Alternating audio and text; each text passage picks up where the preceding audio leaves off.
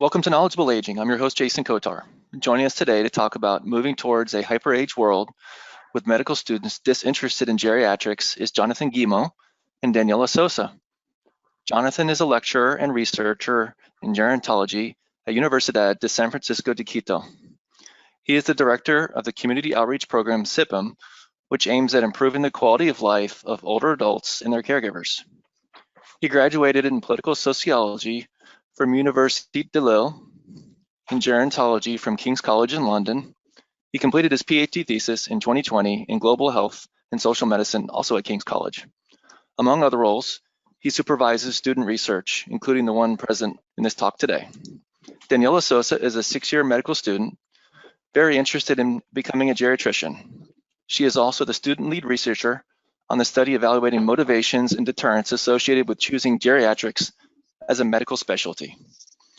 How are you doing today, Daniela and Jonathan? We're doing great.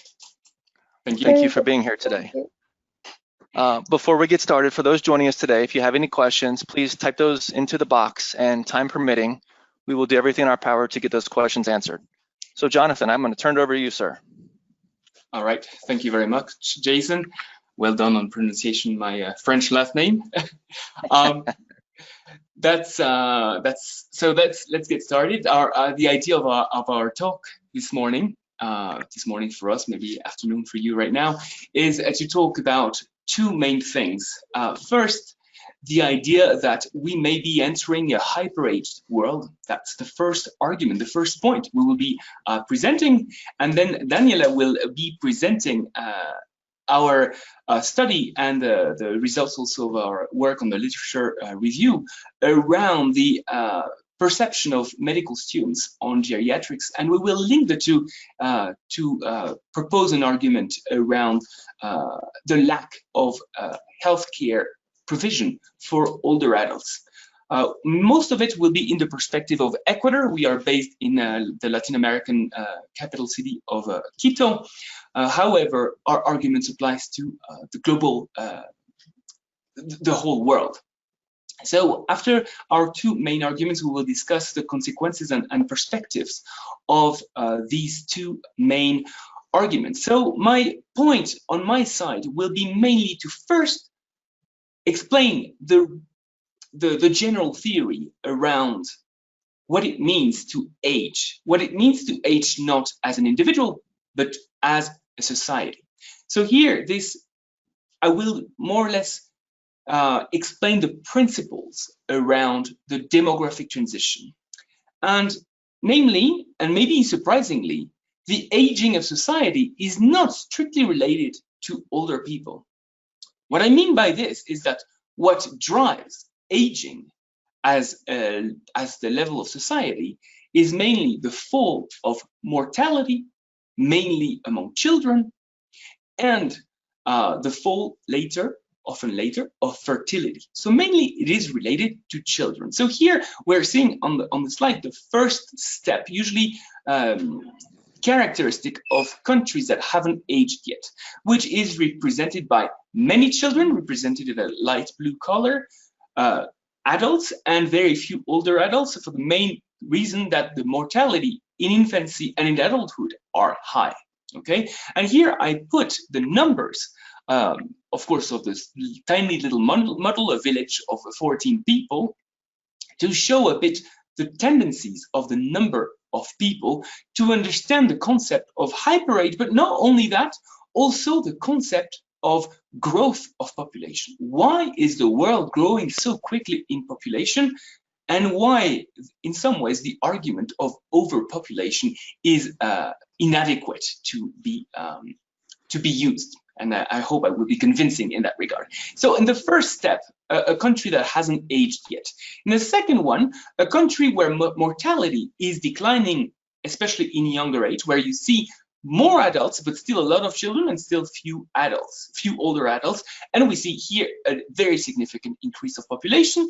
The third step, which is characteristic of relatively aged countries, smaller fertility, represented by fewer children, a lot of adults, and a lot more older adults.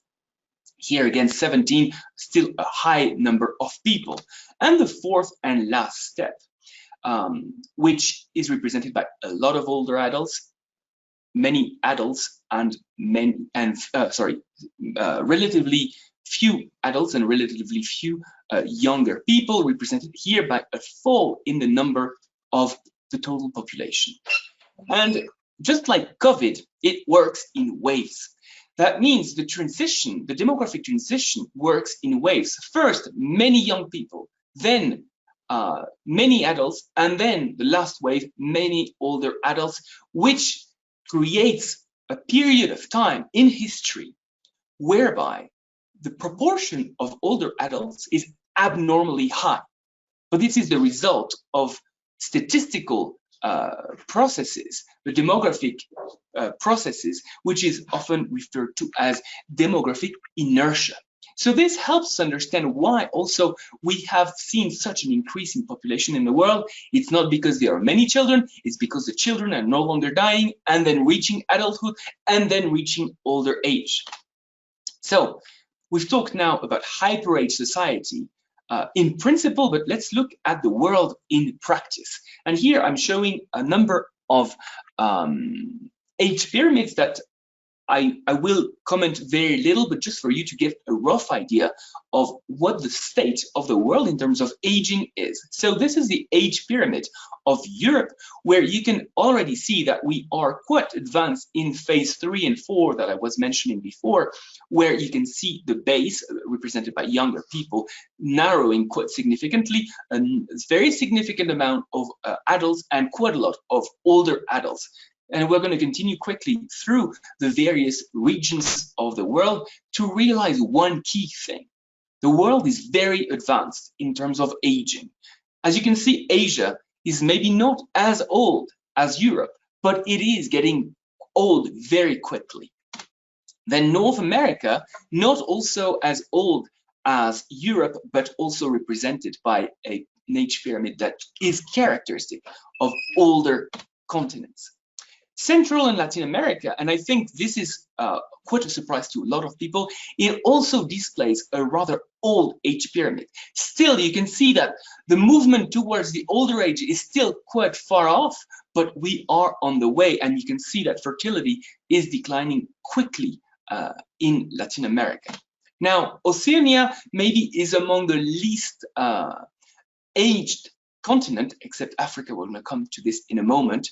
And I want to show you the world. That is the age pyramid currently of the world, which represents both the pyramidal shape of a developing, aging world, but at the same time clearly narrowing the base, which is characteristic of an aged world. But when we look at this, we are thinking, but this is not really representative of what we just saw of the other age pyramids, and that would be fact. Why? Because of Africa. And I stop for a few seconds on Africa because, in a way, Africa changes our perception of aging in the world. If for a second we put Africa between brackets, the status of aging in the world is far more advanced than we think. And I think because we consider Africa every time when we look at the data, we tend to get confused about how aged the world has been and is currently. And I will try to make it as brief as possible to help you understand what the concept of hyperaged society is here. This is a graph extrapolated from Japan, where we can see first, maybe first explain to you what you are looking at right now. Population here in the Y's, and in the X you have time. In the light blue, that is representing by younger people, darker blue adults, and older adults as the darkest blue. What you can see here is first you have a wave of younger people that declines over time, followed by later on a wave of adults because the younger people have aged to become adults, and later on, once this generation has reached older age, you see a third wave of older adults.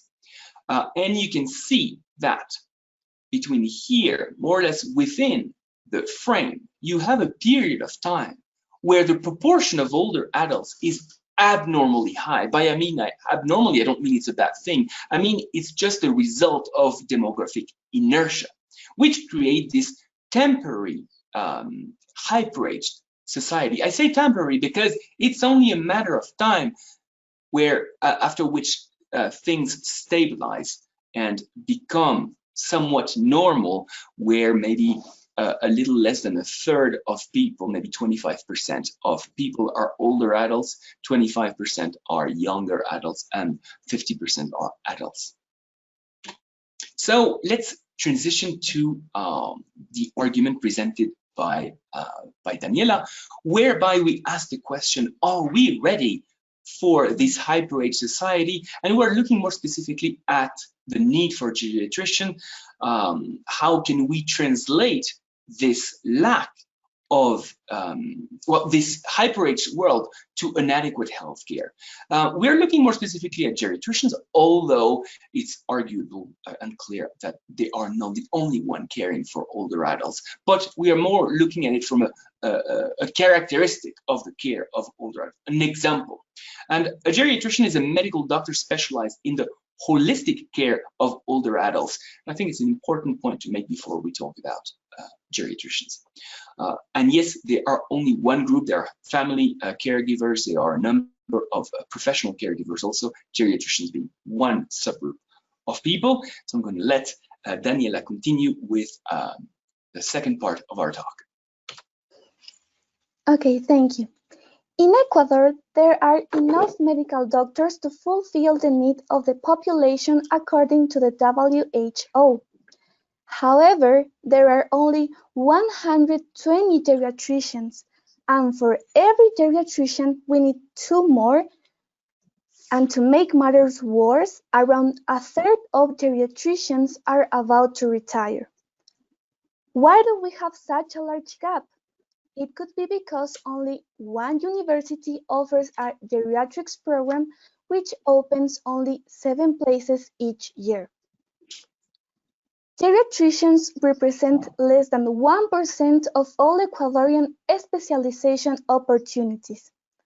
But this is insufficient to explain why we have so few geriatricians. Why? Because many geriatricians in the country graduated from neighboring countries. The answer is most likely in how medical students perceive geriatrics. From our research and the review of the scientific literature, the 3 most important deterrents for students are: first one, the characteristics of the geriatric specialty frightens medical students. Second one, medical students are poorly and insufficiently exposed to older adults. And third one, gerontophobia, that is the fear of older age. Very few medical students want to choose geriatrics. However, most students praise the importance of geriatrics. In summary, students say, "It is such an important specialty, but I don't want to become a geriatrician." Reasons for this specialty's preference include financial income, a particular affinity to the area, and the perception of having a personality incapable of coping with the difficult situations of elderly patients. In the United States, attending a geriatrics program is surprisingly associated with a loss of income. The more you study the topic, the less you earn.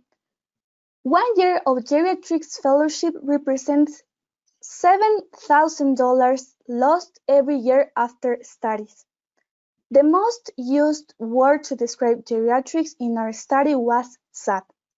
In addition, some students feel older people are to blame for their illness because of poor lifestyle choices and because they were foolish and did not comply with their treatment. Another argument was that medical students don't want to care for the patient's social-emotional problems. Students perceive it is less attractive to take care of elderly people because of the characteristics of aging. It is frustrating to them to treat chronic disease that will not be solved.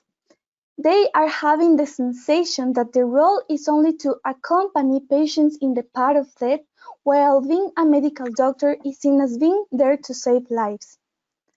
The complexity of patients, that is polypharmacy, lack of compliance with treatments because cognitive problems, and the impossibility of seeing treatment effects deter students from choosing geriatrics. Finally, students identify their disinterest for geriatrics as a consequence of a lack of exposure to the field. Students do have contact with elderly people in our medical branches, but this exposure don't give them the adequate tools to manage older patients in an integral and holistic manner, at least not now. Furthermore, medical students are not provided with positive authority geriatrics figures that could attract them to the field. Have you ever seen a single geriatrician in-house, Grey's Anatomy, or The Good Doctor? No, because there isn't one. Why? Because there are negative stereotypes and a low priority given to geriatrics by healthcare personnel and society in general. Only 1/4 of medical teachers identify education on aging as essential. This contributes to many students thinking that there are few work vacancies in geriatrics. Finally, students express elements of gerontophobia. The vocabulary used by students to talk about older adults suggests prejudice, added to the perception that there is no life-saving in older age. They seem to reflect the fear of their own aging and mortality on their disinterest in geriatrics. Despite these factors, study participants only referred elements motivating them toward geriatrics.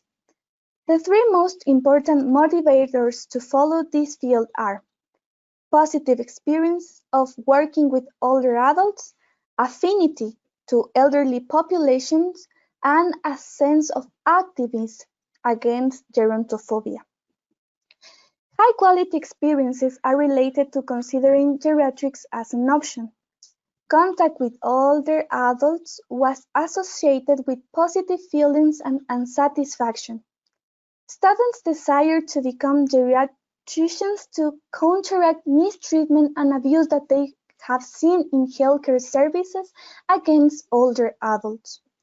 Also, there are students that feel naturally attracted to elderly people and enjoy primary care service. It's unusual, but it is found.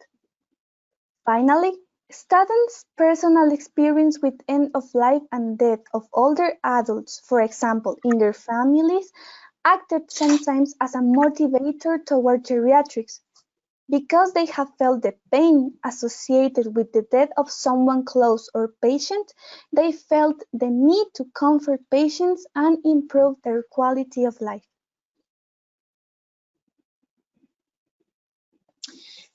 Thank you, Daniela. I will conclude with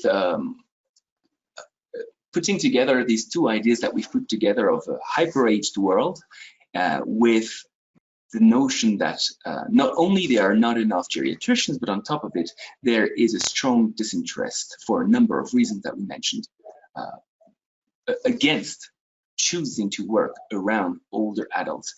And I think that as educators, as students, as geriatricians, we all have a responsibility to promote geriatrics, but not just geriatrics, caregiving in general for older adults, to newer generations. Why? Because if we do not succeed this transition, the hyperaged society, the hyperaged period of time we're going to enter is going to be difficult. It's going to be a challenge. We will not be prepared for what is coming. And that is a major issue. For example, and I think the relation with the hyperaged society is interesting. In the US and Europe, a tremendous proportion of caregivers are foreigners. They are immigrants. Now, what will happen when the continents these immigrants are coming from reach age status and stop moving?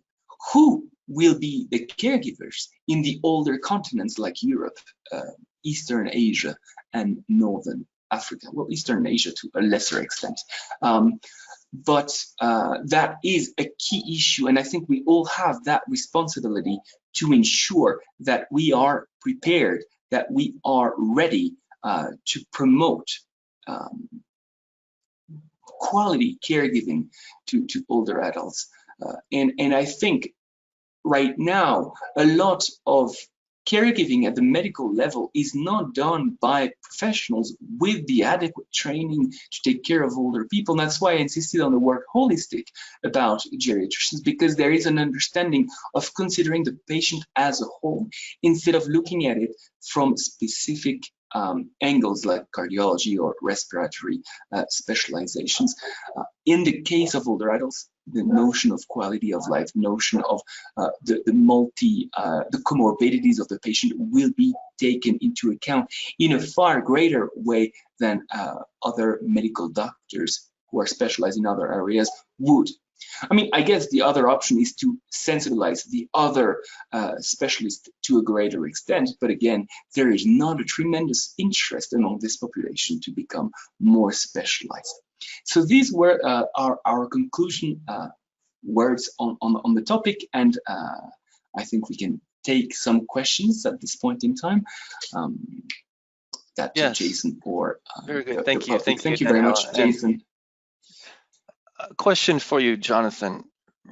Your PhD is in global health and social medicine. Why gerontology for you? Why gerontology for me? This is a question that is asked often, mainly because people who choose the field of gerontology or geriatrics, unlike Daniela and myself, tend to choose it at a later moment in their life when they have encountered the events that lead them to this. It's usually associated with significant moments in life. And I guess I've had that experience earlier on. I had the chance to witness, to be alongside the end of life of my great-grandmother when I was younger, some 15 years ago. And I found, I mean, a lot of people would have found it terrifying, but I found it amazingly beautiful and a moment in life, a moment in society that I found just simply magical. I do acknowledge and I feel the way how sad these moments can be, but also everything we do in life, whatever we do, we all end up at this moment. It's the ultimate fair moment of life when we are all facing our last breath. And I thought I really wanted to know more about it, and progressively I got myself into the field, and before I knew it, I was registering to a master's and then later on to a PhD in the field of aging, and here I am now teaching this area. So, you know, I think it's a field very close to activism, somewhat similar to women's studies in the sense that we very quickly become activists of the area, and we feel all the responsibility to promote the topic. That's how I would answer the question, Jason. Yeah, so let's talk COVID. Obviously, this is not a country specific, this is a global pandemic. Talk to me about the consequences of global and regional aging as it pertains to COVID. So in the last few months, because I've been thinking of the hyperaged period of time for a while, and I asked myself to what extent COVID would destroy this particular period in time by erasing partly this older generation wave. But just to, I think it's hard for us to get a rough idea of how many people die and what it represents. So in the world, in 2020, there are roughly 1 billion older adults. 1 billion. And at this point in time, as per the data reported, there were about between 800 and 900 people who have died from COVID, of whom somewhat maybe between half and two-thirds are older adults, which roughly would represent 600,000 people. So it represents 6 older adult deaths of COVID out of every 10,000 older adults. Just to give us a rough idea of what it represents, it would represent less than half of currently all older adults in the small country of Ecuador.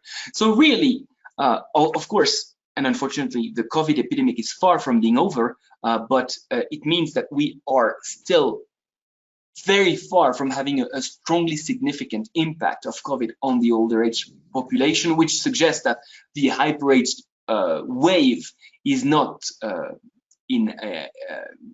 going to disappear. Right. Daniela, this is your 6th year as a medical student. What do you say to fellow medical students as it pertains to gerontology, as they're medical, as far as them getting into gerontology? What do you say to them? I don't think that I have a really precise answer, because I think that to follow geriatrics or gerontology is something that you feel in your heart. I think that it's something with what you like recognize yourself. So I can only say to them that they need to find what makes them happy, in what specialty they are going to give all their heart helping people. Very good. Jonathan, so this is a study right now that you're doing on a hyperage society. What's next for you? I know you're a researcher at heart, so what do you have next? So what we did at this point in time is that we interviewed medical students of any preferences of specialty to understand what their motivations and deterrents in relation to geriatrics were. But I think our next step is to look only, for a first time, at least to start with, only looking at those interested or within a program of geriatrics to understand their own preferences, their own motivations, to understand more specifically the profile of the future geriatricians, to understand how also to trigger vocations towards older age. So first, we looked at the general population. Now we are going to look at the more specific subgroup, and most likely within this period, our goal would be to develop some form of guideline or recommendations to change the discourse around geriatrics and to improve the promotion of that specialty. Often researchers are perceived as people hidden in their field and only focusing on research without necessarily considering what impact they could have on society, although with COVID that has changed quite a lot. But in our case, it seems quite clear to us that this research has the purpose to change things, to change how we teach older age. I don't want to say geriatrics because in undergrad schools of medicine, we can't yet really talk of geriatrics. But I mean, for example, when I look at our degrees here, there is such a large amount of energy put into teaching students about pediatrics, and almost nothing, hardly anything about teaching students to look at older adults. So this is kind of my battle, if I may put it that way. And research is a tool to implement change, if I may say it that roughly. No. Well, that's good, and this has been wonderful today that you said the research you're bringing to the forefront, the battle that we have, and thank you very much, Daniela and Jonathan. How can people find you? How can people find us? So there are many ways. Of course, you can Google us. You will find us somehow. You can put our name on Facebook, on LinkedIn. So my name is Jonathan Guillemot. I'm going to spell my name just in case you are not seeing the video at this point in time. So it's so just my last name, Guillemot, G-U-I-L-L-E-M-O-T. So I'm going to mention my email address in case you want to get in touch. That would be JR, and then my last name that I'm going to say again, G-U-I-L-L-E-M-O-T, at, and that's the university code afterwards, USFQ edu.ec. Sorry, I get confused with Spanish and English sometimes. That's how you can contact us, but Googling will do the job. Very good. Well, once again, thank you very much for your time today, Daniela and Jonathan. Till next time, I'm your host, Jason Kotar, and this is knowledgeable aging.